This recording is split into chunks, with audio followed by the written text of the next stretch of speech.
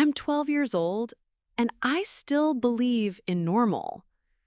Normal is Mom humming while she sets the table with our good plates, the ones with tiny blue flowers that she saves for when we're being a real family.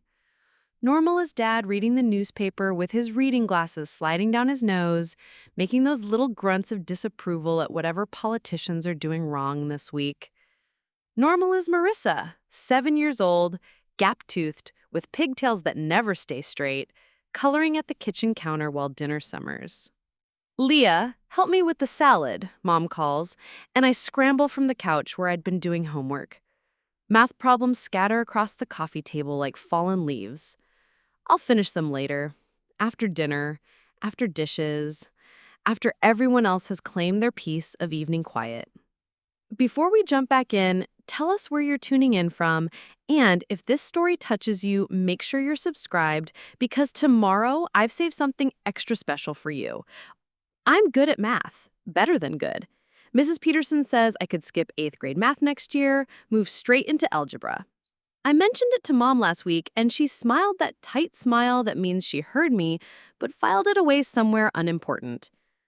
Marissa got an A on her spelling test, she tells me now, handing me the salad tongs. 20 words, all perfect. Her teacher says she's reading at a 5th grade level. I nod and toss lettuce like this is news worth celebrating. Like I didn't get straight A's on my report card 3 weeks ago. Like I haven't been reading at a high school level since 4th grade.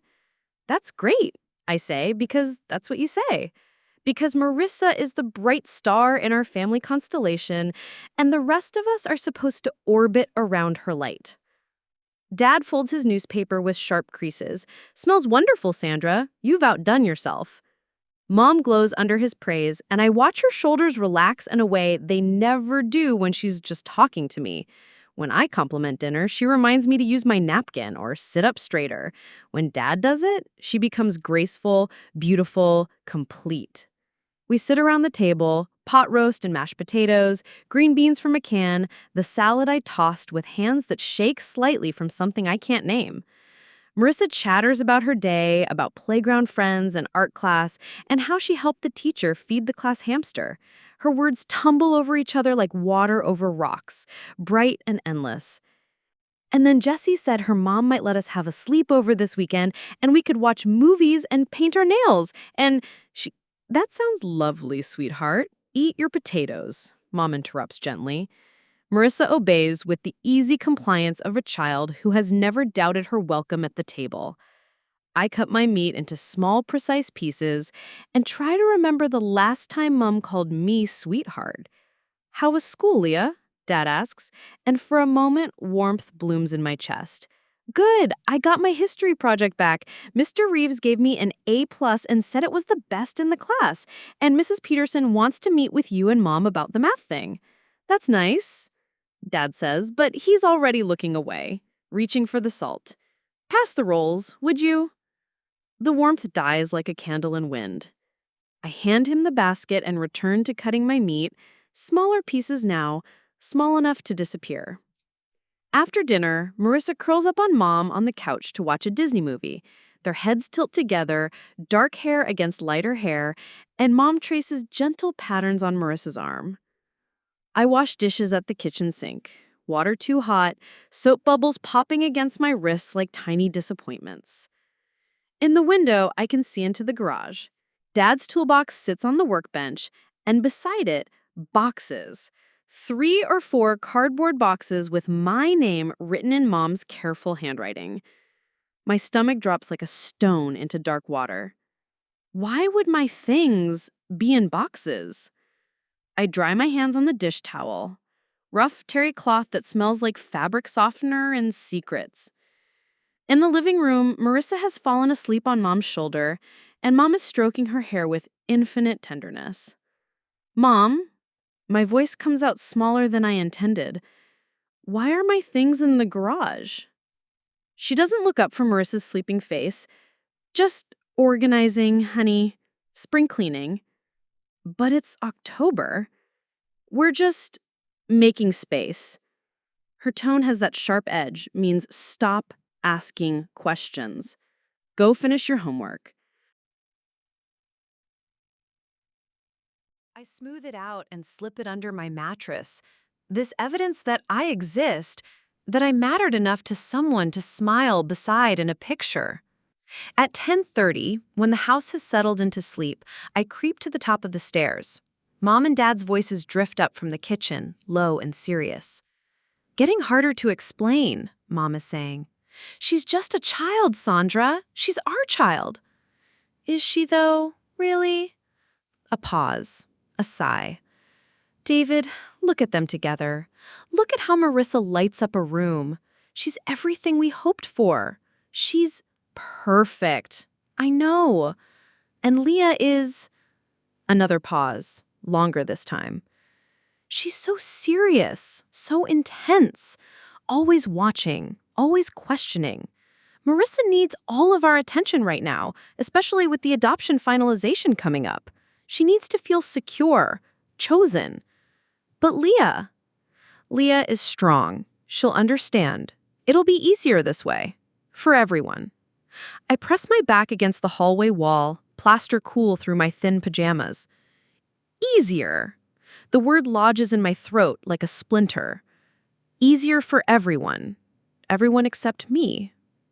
I slip back to my room and lie awake until dawn, staring at the ceiling where glow-in-the-dark stars spell out constellations I learned from a library book. Ursa Major, Cassiopeia, Orion the Hunter. I don't know it yet, but this is the last night I'll fall asleep in this bed, under these stars, believing I belong somewhere in this family's sky. Saturday morning arrives with the kind of false brightness that makes you believe in good things. Mom makes pancakes. Actual pancakes, not toaster waffles. And Dad hums while he reads the sports section. Marissa draws pictures of our family in purple crayon, stick figures holding hands under a smiling sun. She draws 4 figures, not 3. That's beautiful, sweetheart, Mom says, but she doesn't put it on the refrigerator like she usually does. Instead, she folds it carefully and slips it into her purse. Leah, get dressed, she tells me. We're going for a drive. I'm still in my pajamas, sleep warm and confused. Where? Just get dressed, something comfortable. I pull on jeans and a sweatshirt, the blue one with a small hole near the left elbow that I've been meaning to ask Mom to mend. I brush my teeth, splash water on my face, and grab my backpack out of habit. You won't need that, Mom says, but her voice sounds strange, tight. Dad stands by the front door with his hands shoved deep in his pockets. He won't look at me directly, just somewhere over my left shoulder, like I'm too bright to stare at, or maybe too difficult to see clearly. Where are we going, I ask again. The Hendersons, she says. Remember Mrs. Henderson from church? She's been asking about having you stay for a weekend. Won't that be fun? Mrs. Henderson. I remember her vaguely. Gray hair and tight curls, sensible shoes, a smile that seemed genuine when she shook my hand after service. But I've never spoken to her beyond polite hellos. I don't want to stay with Mrs. Henderson. It's just a weekend, Dad says quickly, just to try something new. Mom is already walking toward the car, her heels clicking against the driveway like a countdown. I follow because I don't know what else to do, because children follow their parents, even when their stomachs are full of ice water and dread. Marissa waves from the front window, small hand pressed against glass.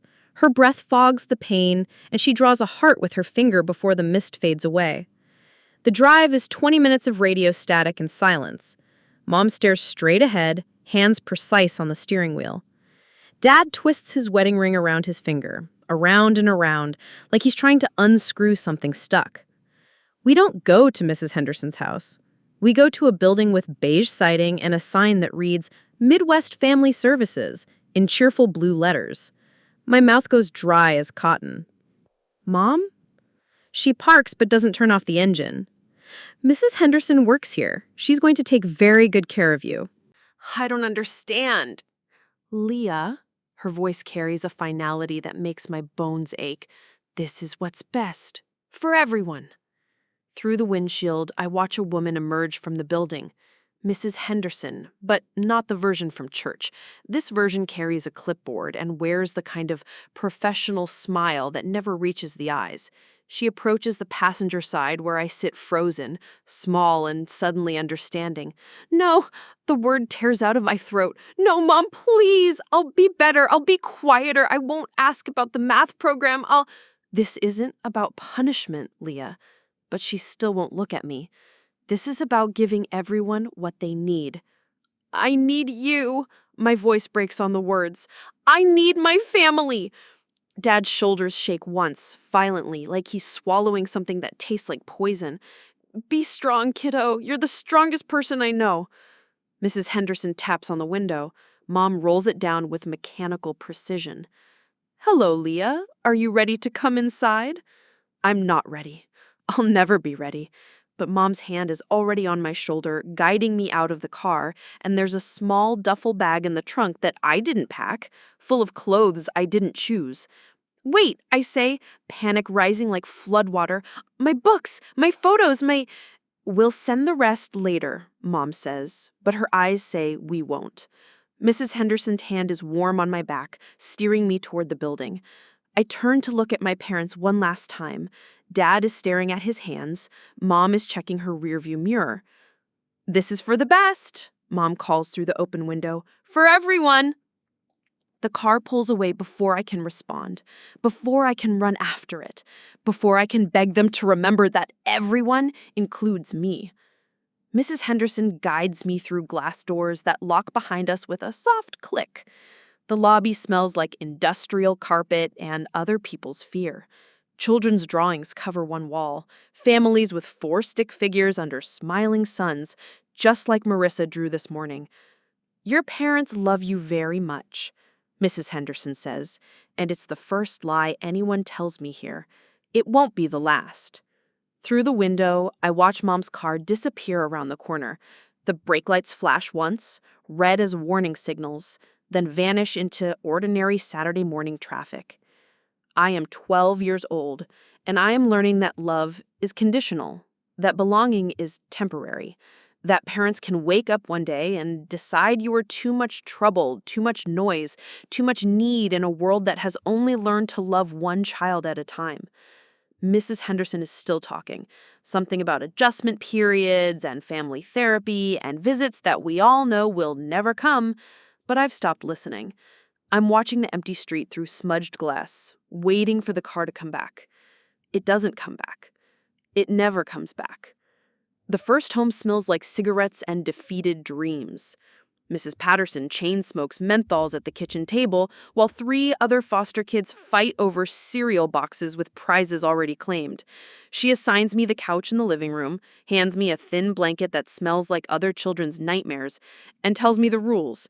Lights out at 9, no food after dinner, keep the noise down because her husband works nights. I last 2 months. The second home is worse. Mr. and Mrs. Collins, who seem kind during the day, but whose eyes turn cold when the social worker leaves. They collect the monthly checks and feed us generic mac and cheese while their own children eat fast food in front of the television. I learned to hide granola bars in my pillowcase, to sleep with my shoes on, to make myself smaller than hunger. I last 4 months. The third home, the fourth, the fifth, they blur together like rain on windows. Different faces, same exhaustion. Different rules, same feeling of being unwanted cargo, passed from hand to hand. I've developed a skill for reading houses within the first 24 hours. Which ones see dollar signs when they look at us? Which ones see burdens? Which rare few see actual children? By 14, I've learned to pack my life into a garbage bag in under 10 minutes. I've learned that temporary placement means temporary until they get tired of you. I've learned that saying please and thank you doesn't make you more wanted, just more convenient.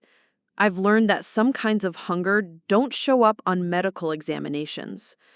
Foster home number 7 belongs to the Washingtons, and they're nice enough, distant but not cruel, tired but not mean. They have 2 biological children who treat me like a foreign Exchange student they're required to be polite to. I stay for 8 months, long enough to start freshman year at Lincoln High, long enough to almost let my guard down. The call comes on a Tuesday morning in November. Mrs. Washington hangs up the phone and looks at me with something that might be sympathy. Pack your things, honey. They found you a more permanent placement. Permanent? The word tastes like false hope. Foster home number 8 is Mrs. Elkins. She's 62, gray-haired, and built like someone who has weathered storms and decided to grow stronger instead of smaller. Her house smells like lemon pledge and homemade bread. Real bread, not the store-bought kind that tastes like air and preservatives. I don't do temporary, she tells me on that first day, helping me carry my garbage bag up to a room that has actual curtains, a desk by the window, and a bookshelf waiting to be filled. I don't do fake. You can stay as long as you need to stay, but while you're here, you follow my rules. The rules are different here. Do your homework, eat dinner at the table, tell me where you're going, come home when you say you will, be honest, try your best. The rules are harder here because they require me to act like someone worth caring about. I'm not easy, I warn her during our first week together. I ask too many questions. I'm too serious. I need too much. Mrs. Elkins looks up from the crossword puzzle she's working on and raises one gray eyebrow. Child, who told you that needing things was wrong? I can't answer because the list is too long and my throat is too tight. She puts down her pencil and really looks at me, the first adult in 3 years to see me instead of seeing through me. Family isn't who raises you, it's who shows up. I cry that night for the first time since the car drove away. Quiet tears into a pillow that smells like fabric softener instead of other people's sadness. Mrs. Elkins never mentions it, but the next morning there's hot chocolate with my breakfast and a note tucked into my lunch bag. Proud of you, always, E. I stay with Mrs. Elkins for 3 years. She teaches me to drive in her ancient Honda Civic, hands patient on the wheel while I learn to parallel park and merge and navigate roads that stretch toward horizons I'm allowed to imagine reaching. She sits in the front row at every school play, every academic award ceremony, every small moment that needs witnessing. When I'm 17 and college acceptance letters start arriving, she spreads them across her kitchen table like tarot cards, revealing possible futures. I've been accepted to 4 universities, waitlisted on 3 more. Each letter represents a door opening, a life I could choose instead of one chosen for me. Which one? She asks, and I realize this is the first time anyone has asked me what I want, instead of telling me what I need. I don't know. They're all so far away. Good, she says firmly. Far away from what happened to you.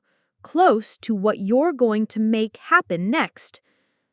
Graduation day arrives with May sunshine and the kind of hope that feels dangerous to trust. Mrs. Elkins sits in the audience wearing her best dress and a smile that could power small cities. When they call my name, Leah Morales, graduating magna cum laude, she stands and applauds like I've just won the Nobel Prize. Later, at her kitchen table with my cap and gown draped over a chair, she hands me an envelope. Graduation gift, she says. Inside, a savings account passbook with 3 years of deposits. Small amounts, $5 or $10 at a time, but consistent as sunrise. The balance shows $847, more money than I've ever had access to, more security than I knew existed. Mrs. Elkins, I can't! You can and you will. Her voice carries the authority of someone who has spent a lifetime making hard choices look easy. This is your escape fund, your freedom money, your proof that someone believed you were worth investing in. I graduate valedictorian from a high school where nobody knew my history. I'm 18, legally independent, college-bound. I have a small bank account, a used Honda Civic that Mrs. Elkins helped me buy, and something that feels almost like confidence. I'm not the broken 12-year-old who got left at Midwest Family Services. I'm not the scared foster kid who learned to pack her life in 10 minutes. I'm someone who survived, someone who learned, someone who's about to write her own story for the first time. But late at night, in the quiet hours when guard drops and truth surfaces, I still wonder why they chose her instead of me. I still hear Mom's voice saying it would be easier this way. Some wounds heal stronger than the original skin. Some wounds just learn to carry their pain more quietly. I'm about to find out which kind I am. 20 years later, I teach 3rd grade in Millfield Harbor, Maine. The irony isn't lost on me. I spend my days with 8-year-olds who still believe adults keep promises, who run to me with scraped knees and broken crayons, trusting I'll make it better, who draw pictures of their families with everyone included, everyone smiling under the same crayon sun. I'm good at this job. Better than good. I see the quiet ones, the ones who sit at the edges during lunch, the ones whose eyes dart to the door when footsteps sound too heavy in the hallway. I recognize the signs because I lived them. Hypervigilance disguised as shyness, perfectionism masquerading as eagerness to please. Miss Morales, Emma Chen tugs on my cardigan during reading time. Can you help me sound this out?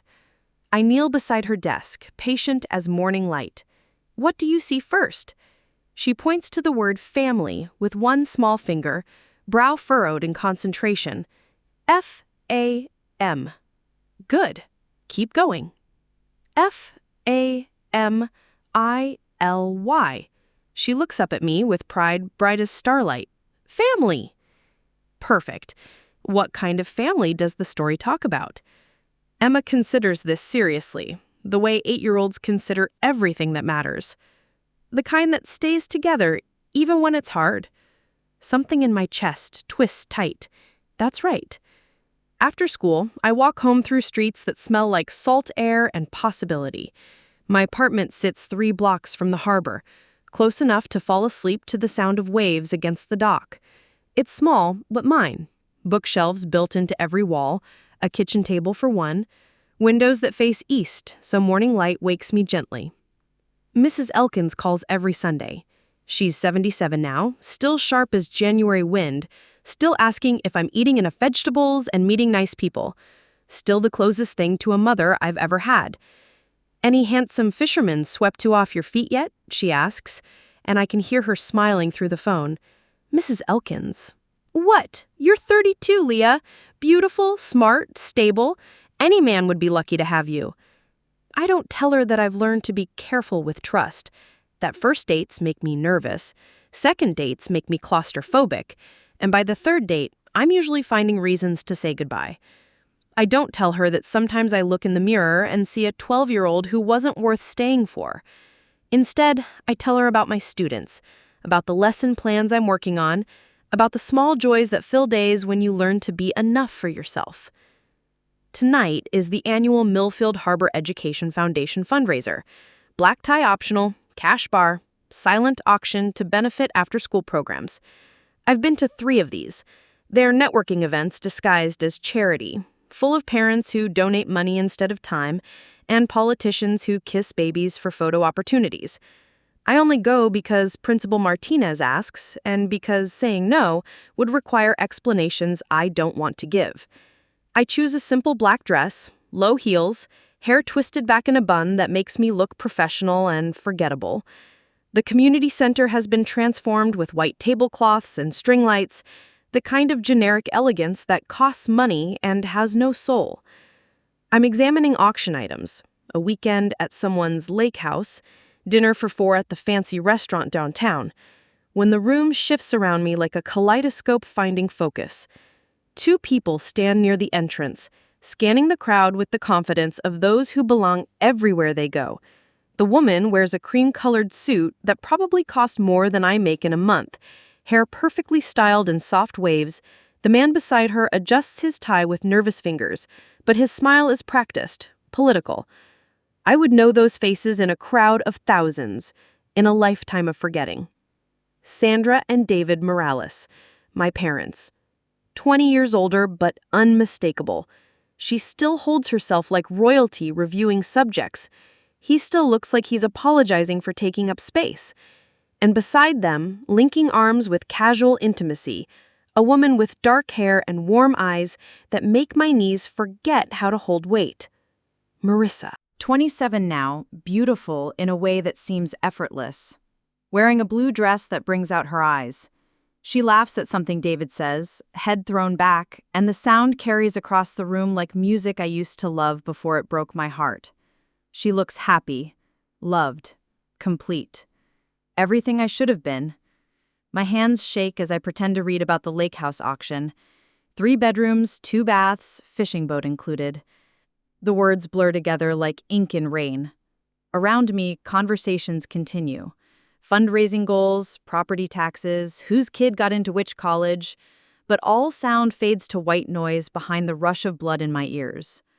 They're here, in my town, in my safe space, and they have no idea I exist.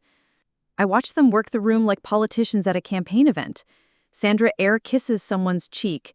David shakes hands with the mayor. Marissa charms a group of school board members who hang on her every word. They're polished, confident, the picture of success. The program in my purse lists them as special guests. The Morales family, longtime supporters of education initiatives, here to speak about their foundation's work with at-risk youth. The irony tastes like poison. They support at-risk youth.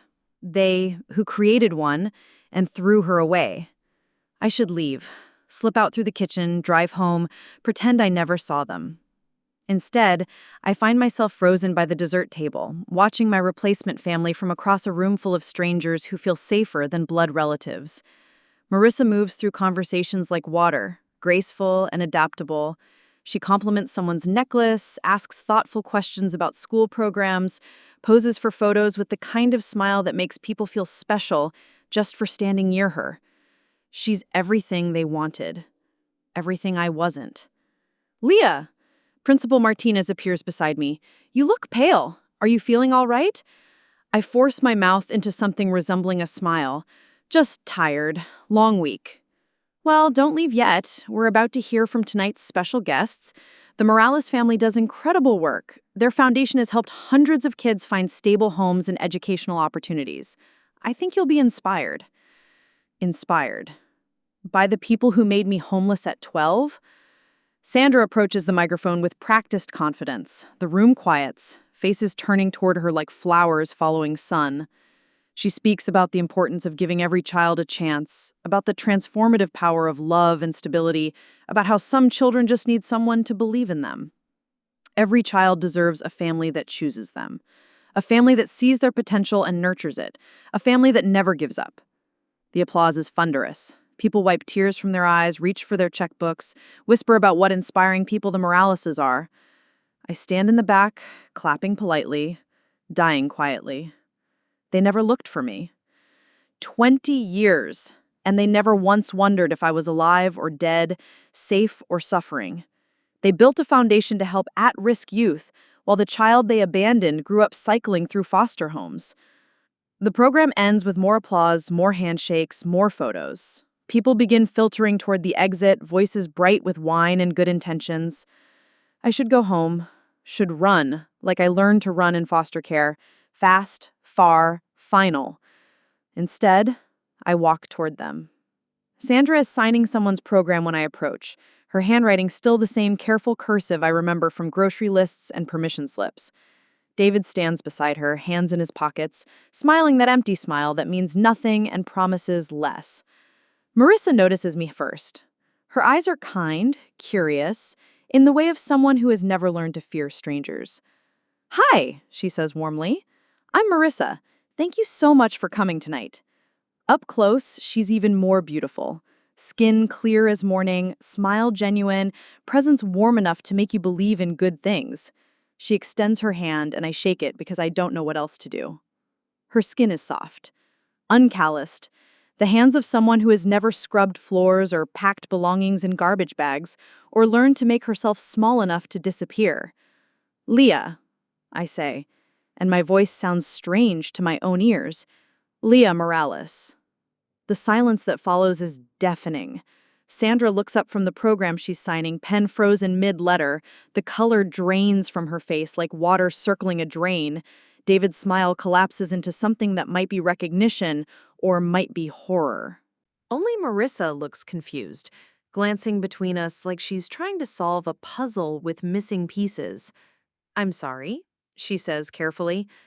"Did you say Morales?" I nod, mouth too dry for words. Sandra stands slowly, like someone moving through deep water. "Leah?" Her voice is barely a whisper. "Leah, is that... you're... alive? Yes, I'm alive." The word hangs between us like a blade. David's face goes white as paper, mouth opening and closing like a fish pulled from water. Sandra stares at me with something that might be shock, or might be horror, or might be the dawning realization that ghosts sometimes have faces. "You're alive," she repeats, and there's something in her tone, not relief, not joy, something closer to inconvenience. "Surprise," I say, and the word tastes like broken glass. People flow around us, chatting about the inspiring presentation, about tax-deductible donations, about what a lovely family the Moraleses are. If they notice the tension crackling between us like static electricity, they don't let it show. Marissa steps closer, confusion creasing her forehead. "I'm sorry, I don't understand. Do we know each other?" I look directly at her, this stranger who wears my life like a borrowed dress. "You could say that." Sandra recovers first, slipping back into her public mask with practiced ease. "Perhaps we should continue this conversation somewhere more private." Her voice carries the authority of someone accustomed to controlling narratives. "Why?" The question comes out sharper than I intended. "Afraid people might hear how the Morales Family Foundation treats at-risk youth when they're actually related to you?" David flinches like I've slapped him. "Leah, please, not here. Not here, not anywhere." 20 years of silence explode out of me in fragments. That's been your approach, hasn't it? Pretend I never existed. Pretend you didn't drop a 12-year-old at a foster agency like returning a library book. Foster agency? What are you talking about? Sandra shoots her a warning look, the kind of look that says shut up and follow my lead. But Marissa doesn't look like someone who follows orders easily anymore. "Mom?" Marissa's voice carries a note I recognize, the sound of someone beginning to suspect the adults in their life have been lying to them. "Who is she?" The silence stretches taut like piano wire. Around us, the fundraising continues its polite conclusion, but we might as well be on another planet. 3 adults and 1 confused young woman standing in the wreckage of a 20-year-old bomb finally exploding. I watch Sandra calculate responses, watch her weigh truth against image, watch her decide which version of reality will cause her the least damage. Leah used to live with us before you came to stay with us permanently." Used to live with us? Like I was a house guest who overstayed her welcome? Before I came? She turns to look at me with new eyes. "Are you saying you're their daughter?"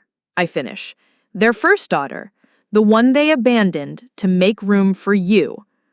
The words hit Marissa like physical blows. She steps backward, hand pressed to her mouth, eyes darting between my face and Sandra's, looking for denials that don't come. "That's not," David starts, but his voice cracks on the first word. "That's not what?" I turn on him with 20 years of buried rage. Not how you remember it, not abandonment when you promise a weekend visit and disappear forever, not child abuse when you choose one daughter over another and throw the unwanted one away. You were troubled, Sandra says quietly, and there it is, the justification she's been polishing for 2 decades. You were angry, violent. Marissa was so young, so vulnerable. I was 12. My voice breaks on the number. I was 12 years old, and you were my parents, and you left me. You gave us to people who could help you. You gave me to the state, you signed papers, and drove away, and never looked back. The truth strips away Sandra's composure like acid eating through paint. For a moment, I see the woman underneath, smaller, meaner, someone who has spent 20 years convincing herself that cruelty was kindness. We did what we thought was best. For who? The question explodes out of me. Best for who, Sandra? Best for Marissa? Best for your perfect little family fantasy? Best for everyone except the child you threw away? Marissa is crying now, silent tears streaming down her face. You never told me, she whispers. You never told me you had another daughter. We told you that you were chosen, David says desperately, that you were wanted, that you were loved. By lying about her? Marissa points at me with a shaking hand. By pretending she never existed? She left, Sandra insists, but her voice lacks conviction now. She chose to leave. She was difficult, disruptive. I was 12. I repeat the words like a prayer, like an accusation, like the only truth that matters. I was 12 years old and I loved you and you decided I wasn't worth keeping. People are starting to stare now. Conversations pause as voices carry, as the perfect Morales family tableau cracks apart in real time. Principal Martinez hovers nearby, clearly torn between intervening and pretending not to notice. We should go, Sandra says, reaching for Marissa's arm. This isn't the place for... Don't touch her. The words come out low and dangerous. Don't you dare touch her and pretend to be protecting her. You spent 20 years protecting her from the truth, from me. I turn to Marissa, this stranger's sister, with tears on her cheeks and confusion in her eyes. They told you that you were chosen. Did they tell you that choosing you meant unchoosing me? Did they explain that your perfect family was built on the bones of the one they destroyed? Marissa shakes her head, backing away from all of us like we're contaminated. I can't. She pushes through the crowd toward the exit, leaving Sandra and David exposed without their buffer, their proof that they made the right choice. I watch her go and feel something break loose in my chest, not anger, not grief, but something raw, the sound a wound makes when it finally starts to bleed clean. Look what you've done, Sandra hisses. Look how you've upset her. And there it is. 20 years later, and I'm still the problem. Still the one causing trouble, making waves, refusing to disappear quietly. I've upset her, I laugh, and the sound is sharp enough to cut. I told her the truth, something you clearly never planned to do. The truth? The truth is that we gave you every opportunity. We tried to love you, to help you, to make you part of our family. But you were broken, Leah. You were damaged and angry, and we couldn't fix you. The words hit like physical blows, each one precisely aimed at the 12-year-old girl who still lives somewhere inside me. The girl who believed it was her fault, who spent years wondering what was wrong with her, what made her unlovable. But I'm not 12 anymore. You couldn't fix me because I was never broken. I was inconvenient. I asked too many questions, needed too much attention, took up too much space in your perfect family portrait. So you erased me. David steps forward, hands extended like he's approaching a wounded animal. Leah, please, you never meant to get caught. You never meant for me to survive long enough to come back. You never meant for your perfect daughter to find out about the imperfect one you threw away. I reach the door and turn back one last time. They stand there in their expensive clothes under the harsh community center lighting, looking older and smaller and more afraid than I remember them being. I spent 20 years wondering what was wrong with me, wondering why I wasn't worth keeping. Thank you for reminding me that the problem was never mine to carry. The door closes behind me with a soft click, cutting off whatever response they might have offered. Outside, the October air tastes like salt and freedom and the particular sweetness of finally letting go. In the parking lot, I find Marissa sitting in a silver sedan, head in her hands, shoulders shaking with sobs that look like they've been building for years. I tap on her window. She rolls down the window with shaking hands, mascara streaked down her cheeks like war paint smudged by rain. Up close, without the fundraiser's flattering lighting, she looks younger, fragile in a way that makes something protective stir in my chest. "Are you okay?" I ask, which is probably the stupidest question I've ever voiced. Neither of us is okay. Neither of us has been okay for 20 years. We just learned it at different times. She laughs, but it sounds more like choking. Am I okay? Jesus, I should be asking you that. God, I don't even know what I should be doing. She wipes her eyes with the back of her hand, leaving fresh smears of makeup. Get in, please. I can't have this conversation through a car window. I hesitate. 20 years of foster care taught me to be careful about enclosed spaces, about trusting people too quickly, about believing that family means safety. But something in her voice, broken, desperate, real, makes the decision for me. The passenger seat smells like expensive perfume and guilt. Marissa stares straight ahead through the windshield, hands gripping the steering wheel like it's the only thing keeping her tethered to earth. "I knew about you," she says, quietly. The words hit me like ice water. "What?" "Not everything. Not the truth, but I knew you existed." She turns to look at me, eyes red-rimmed and shining. "They told me you were their first daughter, but that you had problems, mental health issues, that you couldn't handle family life and chose to live somewhere else, somewhere better equipped to help you." I can barely breathe. "And you believed them?" "I was 7 when I went to live with them permanently. 7, and desperate for a family that would keep me." Her voice breaks on the word keep. "They were so kind, so loving. They made me feel special, chosen. They said I was exactly what they'd been praying for." While I was cycling through foster homes. "While you were... Jesus!" She covers her face with her hands. "They showed me pictures of you sometimes, from when you were little. They said you were in a special program, getting the help you needed. They said they visited you, but that you preferred it there, that you were happier."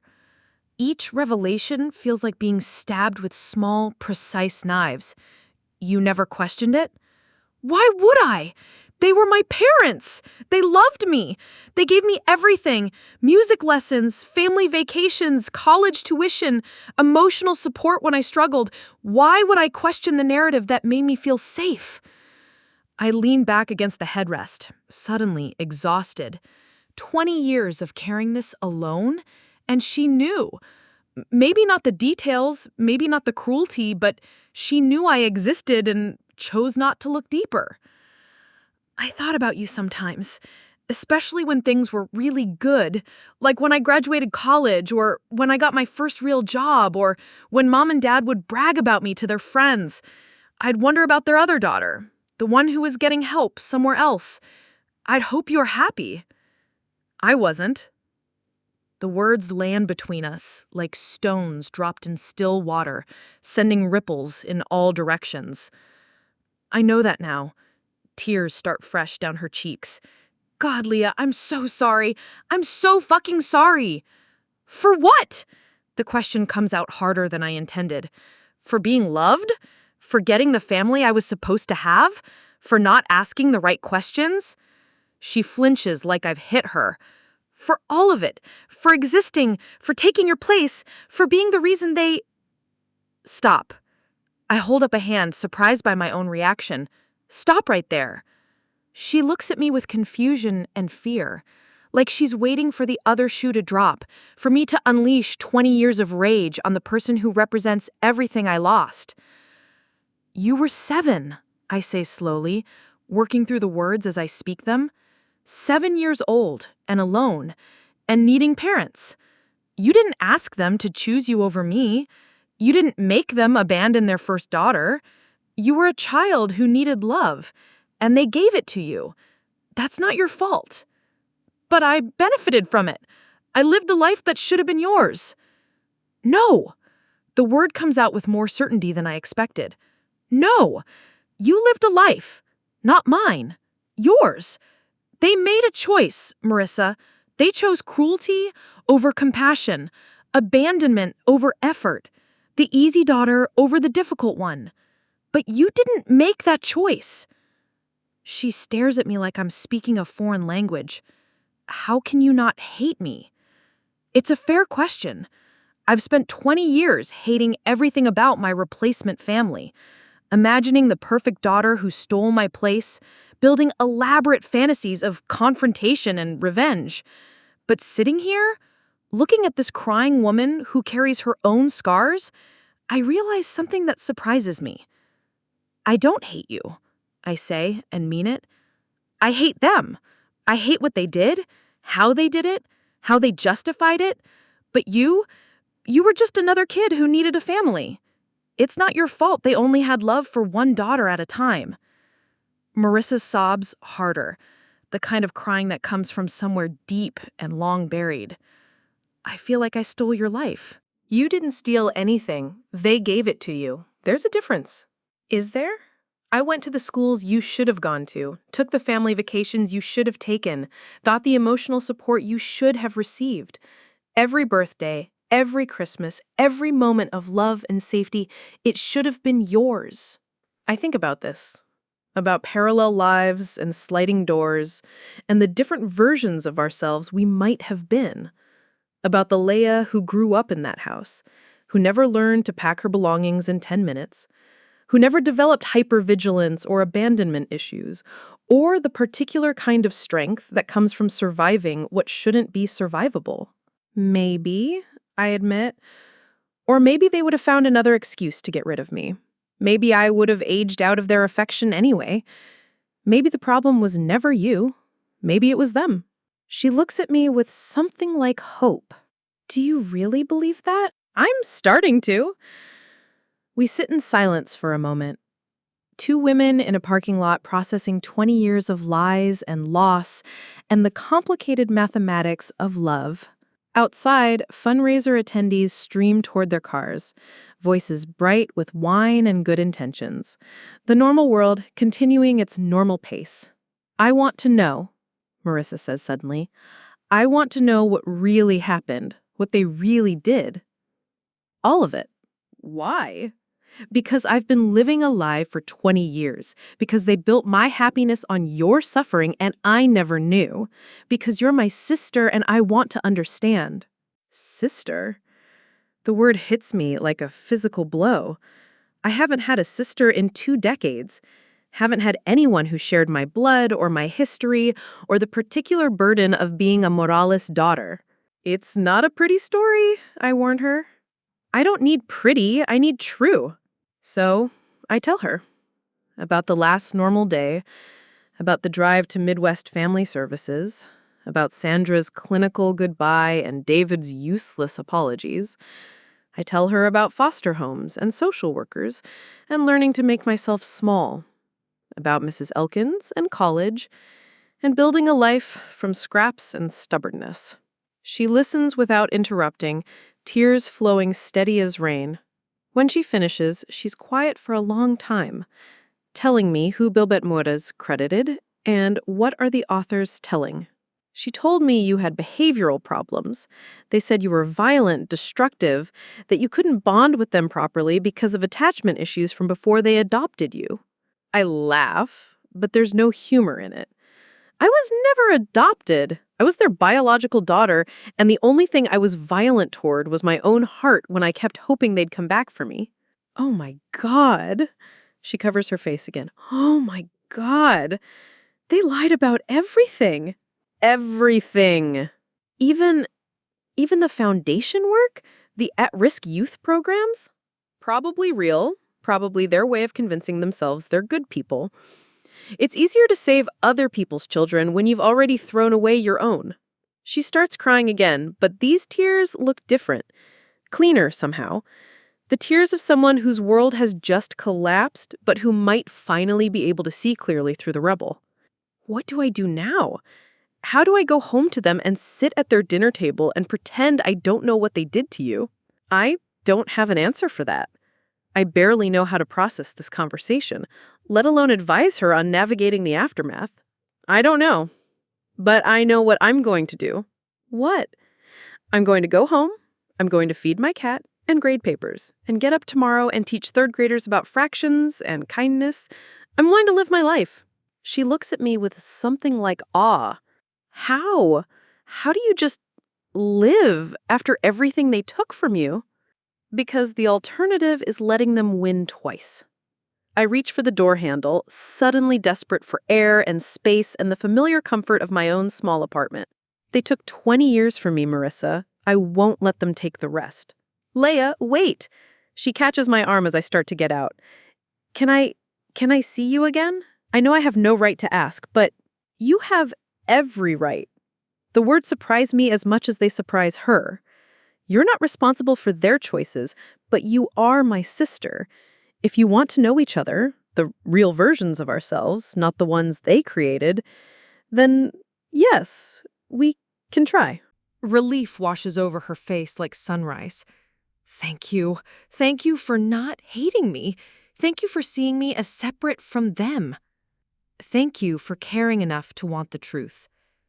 I walked to my car through the October night, salt air filling my lungs, stars emerging from behind dispersing clouds.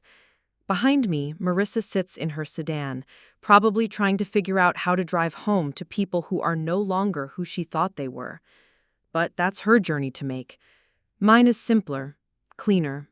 I'm going home to the life I built from ashes, to the woman I became despite them, to the quiet strength that carried me through 20 years of wondering why I wasn't enough. Tomorrow, I'll wake up and teach children about resilience and kindness and the fact that family can be chosen as well as given. Tonight, I'm going to sit in my small apartment and finally know that the problem was never mine to carry. It feels like the first real breath I've taken in 20 years. 3 days later, Marissa calls. I confronted them, she says without preamble, voice hollow as a bell cracked down the middle. I asked them to tell me the truth about you, about what really happened. I'm grading spelling tests in my kitchen, red pen suspended over Emma Chen's careful cursive. The afternoon light slants through my windows, peaceful as prayer, but Marissa's voice cuts through the quiet like a blade. What did they say? They lied. Again. I can hear her moving around, agitated energy crackling through the phone. Mom said you were troubled, that you threatened Marissa, me, when I first came to live with them, that you were jealous and aggressive and they were protecting me from you. The lie is so clean, so complete, that I almost admire its construction. Of course they'd paint me as the villain. Of course 12-year-old Leah would become the dangerous older sister who had to be removed for everyone's safety. And you know that's bullshit because I remembered something. I remembered you reading to me. Before they sent you away, you used to read me bedtime stories. You were gentle, patient. You helped me learn to tie my shoes. You taught me how to make shadow puppets on the wall. The memories hit me like physical blows. Late nights in the room we briefly shared, Marissa curled against my side while I read from her favorite picture books. Her small fingers fumbling with shoelaces until I showed her the loop and pull method. Her delighted giggles when my hands made rabbit shadows dance across her bedroom wall. I'd forgotten. Somehow, in 20 years of carrying anger and abandonment, I'd forgotten that I loved her once, that for a brief shining moment I thought I was going to be a big sister. They erased all of that, I whispered. They erased you. Completely. And they almost made me complicit in it. Marissa, no, Let me finish. Steel enters her voice, the kind of strength that comes from having your world collapse and deciding to build something better from the rubble. I told them I wanted to meet with you, both of us, together. I told them they owed us both the truth. My hand tightens on the phone. What did they say? They said it wasn't necessary, that dredging up the past would only hurt everyone involved, that some sleeping dogs should be left to lie. Sleeping dogs. The phrase tastes bitter as old coffee. Is that what I am to them? A sleeping dog they hoped would stay buried? That's when I knew, Marissa says quietly. That's when I knew they would never admit what they'd done, never apologize, never take responsibility. They're more invested in protecting their narrative than protecting their daughters. Both their daughters. Both their daughters. 2 hours later, we're sitting across from Sandra and David in their pristine living room. The same living room where I used to do homework on the coffee table, where Christmas mornings happened before Marissa came and made me redundant, where family meant something I thought was permanent. The house looks smaller than I remember. Or maybe I'm bigger now, not physically, but in all the ways that matter. 20 years of survival will do that. Stretch you into someone who can't be diminished by other people's comfort. Sandra perches on the edge of the couch like she's expecting to need to run. David sits in his leather armchair, his throne, I used to call it, hands folded in his lap like a repentant child. Thank you for agreeing to this, Marissa begins, but Sandra cuts her off. I want to be clear that we don't owe anyone explanations for decisions we made in the best interests of our family. Whose family? I asked quietly. Because I was your family too. Until you decided I wasn't convenient enough to keep. David shifts uncomfortably. Leah, you have to understand the position we were in. 2 children with very different needs. 1 child, I correct. You had 1 child who needed you to be parents, and 1 child who needed you to be saints. Guess which one you chose? That's not fair, Sandra snaps. You were difficult from the beginning, always questioning, always pushing boundaries, always making everything about you. I was 12. You were manipulative, jealous. You couldn't handle sharing our attention with Marissa. Marissa leans forward, voice deadly calm. What specifically did she do that was so terrible it justified abandonment? The question hangs in the air like smoke. Sandra and David exchange glances, having a silent conversation I've seen 1,000 times. The conversation where they decide which version of reality to present. She was disruptive, Sandra says finally. Argumentative. She would contradict us in front of Marissa, undermine our authority. She made it clear she didn't want to be part of our family. By asking questions, by needing attention, by existing in the same space as your precious adopted daughter, she threatened you, David says suddenly, desperately.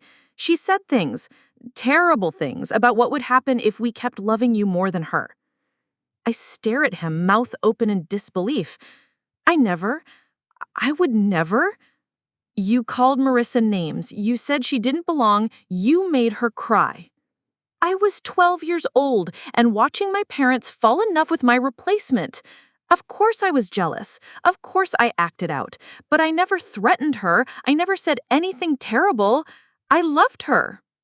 You had a funny way of showing it, Sandra says coldly. I read to her every night. I helped her with her homework. I taught her games and songs and how to ride her bike. I was trying to be the big sister you never taught me how to be.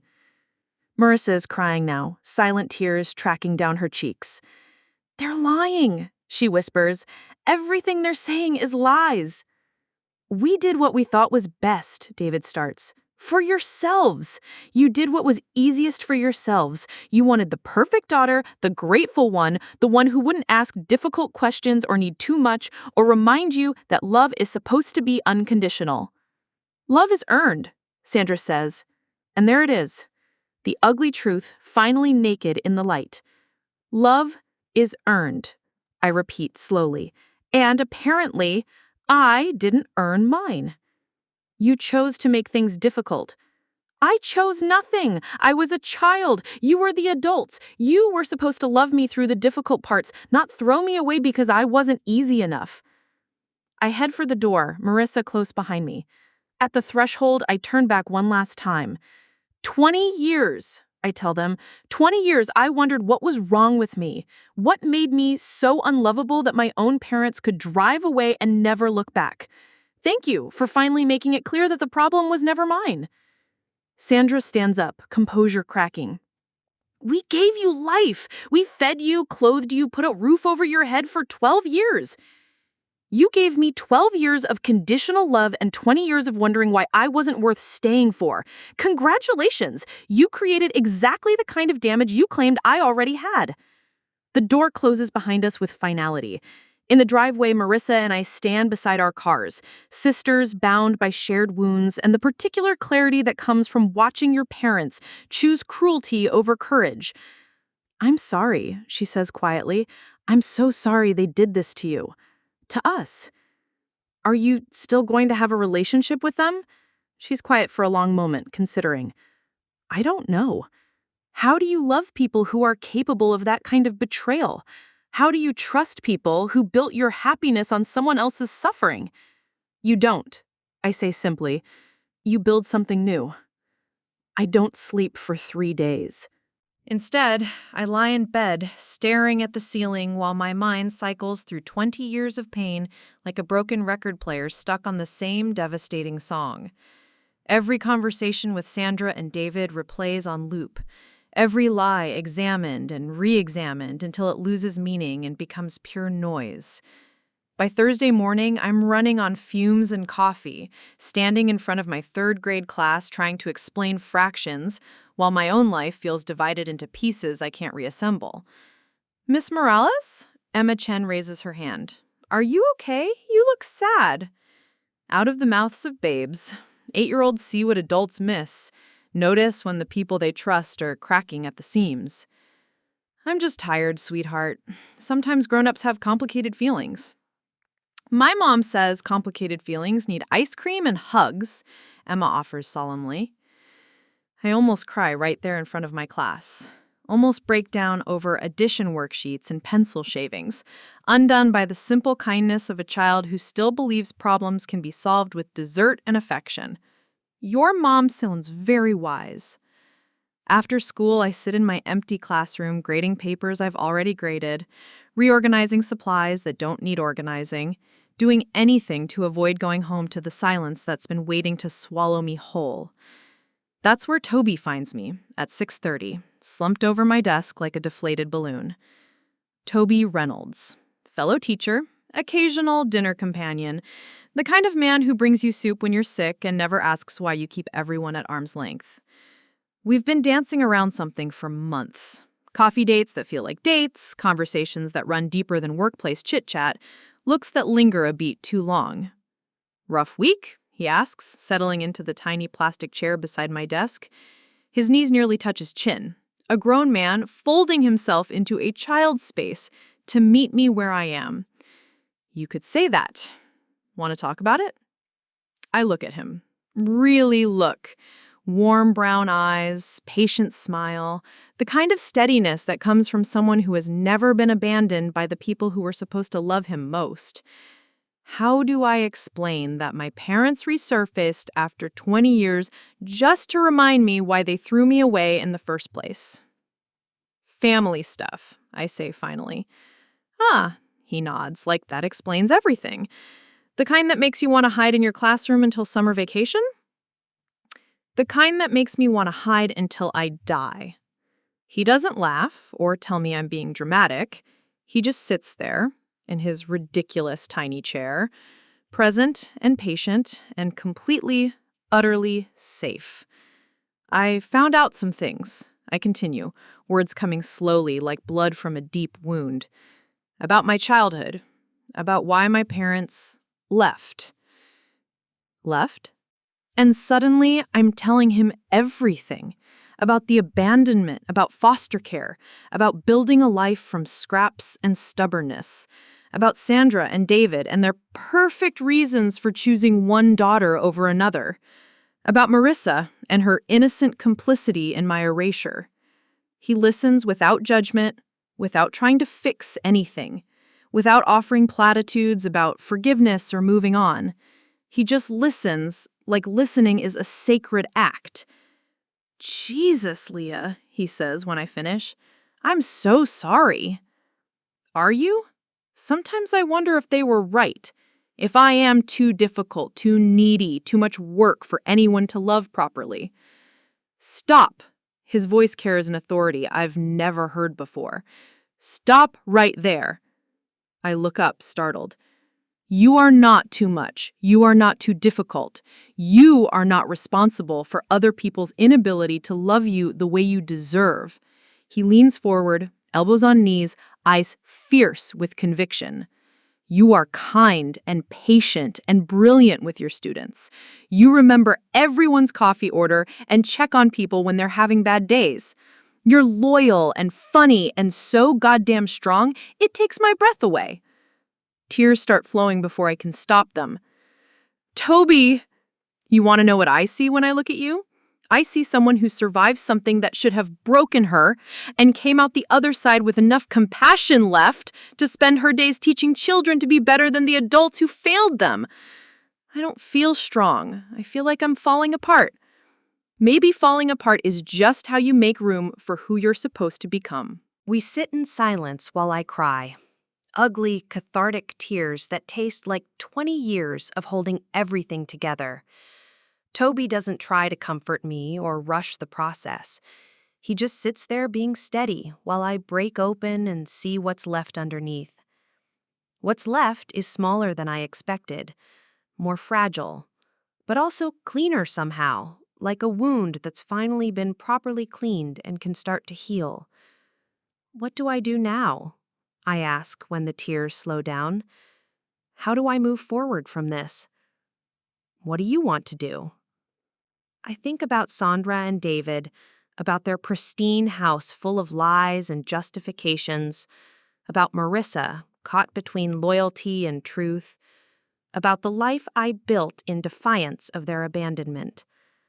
I want to choose my own family, I say finally.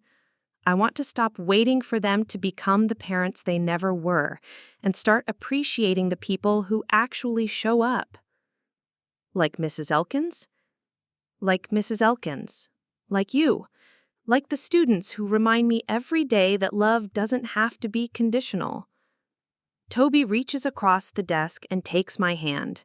His fingers are warm, calloused from weekend carpentry projects, completely real in a way that makes my chest ache with possibility. For what it's worth, he says quietly, I think you're pretty easy to love. I squeeze his hand, this man who brings me soup and listens without judgment and sees something worth caring about in my carefully guarded heart. Maybe Sandra and David were wrong about more than just my worthiness. Maybe love isn't earned through perfect behavior and convenient needs. Maybe love is what happens when someone sees all your broken places and decides to stay anyway. Thank you, I whisper, for seeing me, for staying. Thank you for letting me. We sit there as the afternoon light fades, two adults in a classroom full of children's dreams, holding hands across a desk covered in spelling tests and the particular hope that comes from finally believing you might be worth keeping. Sunday morning, Marissa and I meet at the lighthouse overlooking Millfield Harbor. The October wind cuts sharp off the water, carrying the smell of salt and possibility, and the particular loneliness of places where people come to watch things disappear over the horizon. Marissa huddles in a wool coat that probably costs more than my monthly rent, but her eyes are red-rimmed and her hair whips wild in the wind like mine. We look like sisters, I realize. Same dark hair, same stubborn jawline, same way of standing like we're braced against storms that might never come. I left, she says without preamble. I packed my things and left their house. I turned to stare at her. What? I can't live with people who are capable of that level of cruelty. I can't sit at their dinner table and pretend I don't know what they did to you." She kicks at a loose stone, watches it skitter toward the cliff's edge. "I can't be their consolation prize anymore." "Where are you staying?" "Hotel for now. I'll figure out something more permanent later." She looks out over the water, voice small as confession. "I know it's not the same thing. They'll probably beg me to come back. They'll apologize and make excuses and promise to do better because they can't bear to lose the daughter they actually wanted."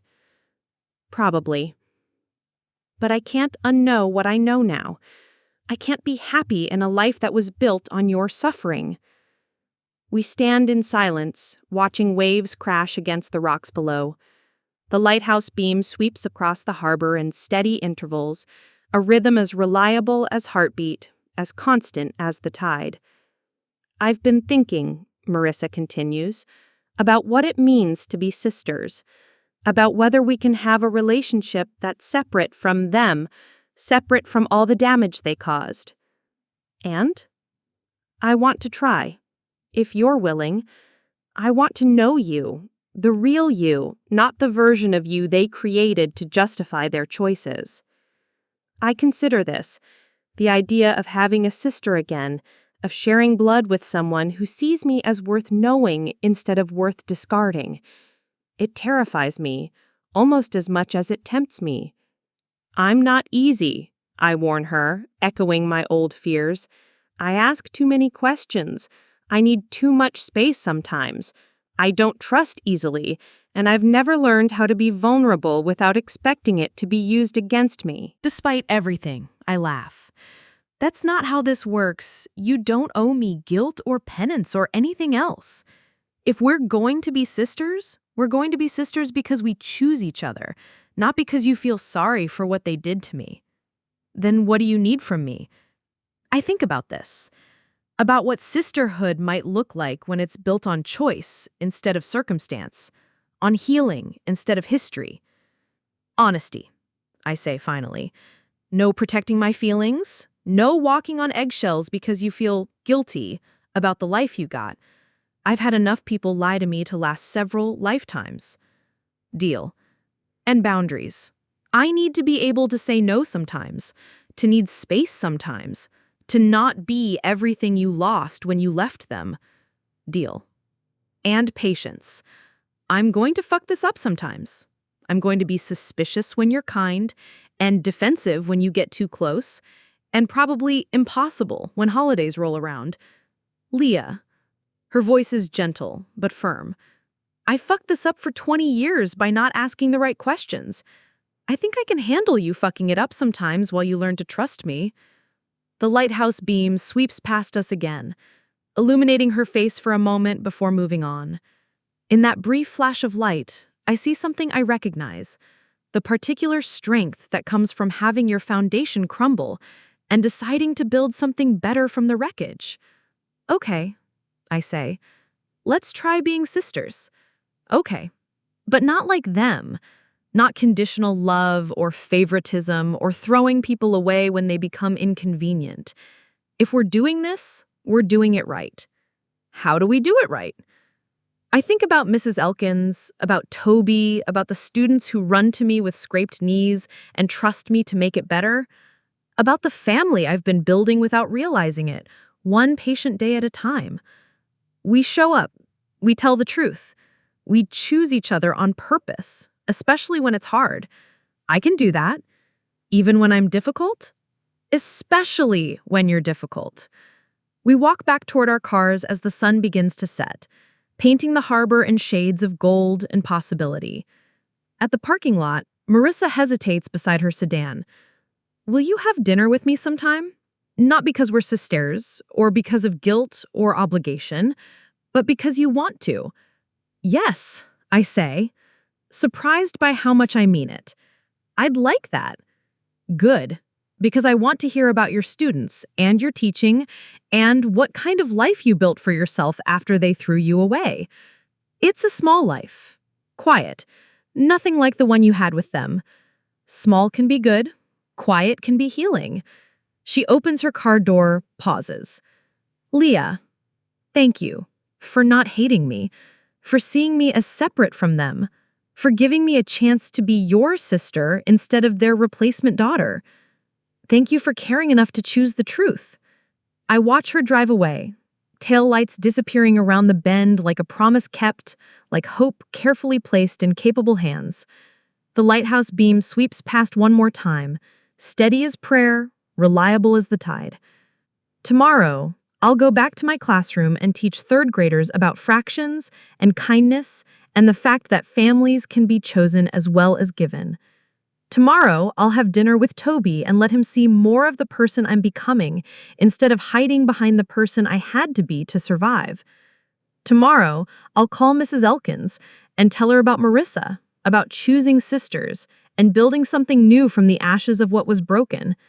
But tonight, I'm going home to my small apartment with its bookshelves and east-facing windows, to the life I built one patient day at a time, to the family I chose, and the love I earned not through perfect behavior, but through the simple act of refusing to let other people's cruelty define my worth. The lighthouse beam sweeps across the harbor one more time, and I follow its light toward home. They come to my apartment on a Tuesday evening in November. I'm grading math worksheets at my kitchen table, red pen moving across problems about sharing cookies and dividing pizza slices, the kind of simple mathematics that 8-year-olds understand instinctively, but adults seem to forget when it comes to love and attention and the basic arithmetic of family. The knock at my door is tentative, apologetic. Through the peephole, I see them standing on my small front porch like missionaries selling salvation they don't actually believe in. Sandra clutches a bakery box, peace offering or guilt offering, hard to tell the difference. David hovers behind her, hands shoved deep in his coat pockets, looking like he'd rather be anywhere else on earth. For a moment, I consider not answering, pretending I'm not home, letting them stand there until they give up and go away like they did 20 years ago. But I'm not 12 anymore, not powerless, not dependent on their approval or their presence or their love. I open the door. "Hello, Leah." Sandra's voice is carefully modulated, the tone she uses for difficult conversations and parent-teacher conferences. "We were hoping we could talk." "Were you?" It's not a question. David clears his throat. "We brought cookies from that bakery you used to like when you were little. The one with the frosted sugar cookies shaped like..." "I remember." "I don't invite them in. Don't step aside to make room for them in my space, my sanctuary, the life I built without them. What do you want?" "We want to apologize," Sandra says quickly, like the words might lose their power if she doesn't rush them out. "We've been thinking about everything that happened, everything we said, and we realize we may have been harsh." Harsh. Like abandoning your 12-year-old daughter was a matter of poor word choice rather than deliberate cruelty? "May have been," I repeat. "We were young parents," David jumps in, desperate now. "We made mistakes. We thought we were doing what was best for everyone." "Stop." The word cuts through the November air like a blade. Just stop. I step onto the porch, pulling the door closed behind me, creating a barrier between their apologies and the life I've built. The evening is crisp, sharp with the promise of winter, and I can smell snow coming on the wind. "You want to apologize," I say calmly. "Fine. You're sorry. You made mistakes. You thought you were doing what was best. Is that supposed to fix 20 years of abandonment? Is that supposed to make me grateful you finally remembered I exist?" "We never forgot," Sandra starts, but I hold up a hand. "You forgot me the moment you drove away from Midwest Family Services. You forgot me when you built your perfect little family with Marissa at the center. You forgot me when you started that foundation to help at-risk youth, while your own daughter was cycling through foster homes." "We tried to find you," David says desperately. Later, when you turned 18, we tried to contact you through the state. No, you didn't. My voice is steady, certain. Because if you had tried, you would have found me. I wasn't hiding. I used your name through college, through graduate school, through my teaching certification. I was right here in Maine for the past 5 years, teaching in a town small enough that everyone knows everyone. If you had wanted to find me, you could have found me. The silence that follows is deafening. Sandra's carefully constructed facade begins to crack, showing glimpses of the woman underneath, smaller, meaner, more afraid than the polished exterior suggests. We're here now. We're trying to make things right. 20 years too late. It's never too late for family. You're right, I smile, and it's not a kind smile. It's never too late for family. That's why I built one that actually shows up. I think about Mrs. Elkins, now 77 and still calling every Sunday to check on me. About Toby, who brought me soup last week when I had a cold and stayed to watch terrible movies until I felt human again. About my students, who run to me with scraped knees and broken hearts, trusting me to make it better. About Marissa, who chose truth over comfort and is slowly, carefully learning to be my sister on purpose rather than by accident. I have a family. I have people who love me, not because they have to, not because biology demands it, not because it makes them look good to their friends. They love me because they choose to, every day, even when I'm difficult or needy or inconvenient. David's face crumples. Leah, please. We know we failed you. We know we were wrong. But you're our daughter. No. The word rings clear as a bell, final as a closing door. I was your daughter. For 12 years, I was your daughter. And you threw me away the moment I became inconvenient. You don't get to claim me now that I've survived and thrived without you. We loved you, Sandra whispers, and for the first time in this conversation, she sounds genuine, broken. Maybe you did. In your limited, conditional way, maybe you loved me. But love without commitment isn't love. It's convenience. And the moment loving me became inconvenient, you chose Marissa instead. We can do better now, David pleads. We can try again. I don't need you to do better. I don't need you to try again. I don't need you at all. The words come out gentle, matter of fact, devastating in their simplicity. I needed you 20 years ago, when I was 12 and scared and wondering what I'd done wrong. I needed you when I was 15 and aging out of another foster home. I needed you when I graduated college or got my first teaching job, or any of the thousand small moments when daughters need their parents to be proud of them. I pause, looking at these two people who gave me life but never taught me how to live it, who created me but never truly saw me. But I survived all of that without you. I built a life, a career, a family of choice that actually chooses me back. I am not what you abandoned 20 years ago. I am what I chose to create next. The truth of it settles around us like snow, quiet, covering everything, making the familiar landscape look completely new.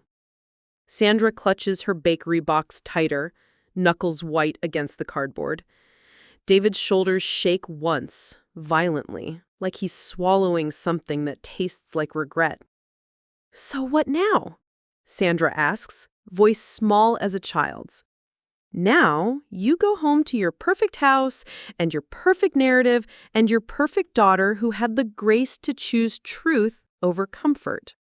I step backward toward my door, toward the warm light spilling from my windows, toward the pile of worksheets that need grading and the lesson plans that need reviewing, and the small, steady life I built one patient day at a time. And I go back to my family, the one that actually wanted me. Leah, wait! David reaches out like he might touch me. might bridge 20 years of absence with one desperate gesture. No, I shake my head, gentle but final. No more waiting. I waited 20 years for you to come back, to explain, to apologize, to choose me. Now, I'm choosing myself. I open my door, pause on the threshold between their pain and my peace. For what it's worth, I tell them, Marissa turned out beautifully despite you, not because of you. She's kind and honest and brave enough to choose family over fantasy.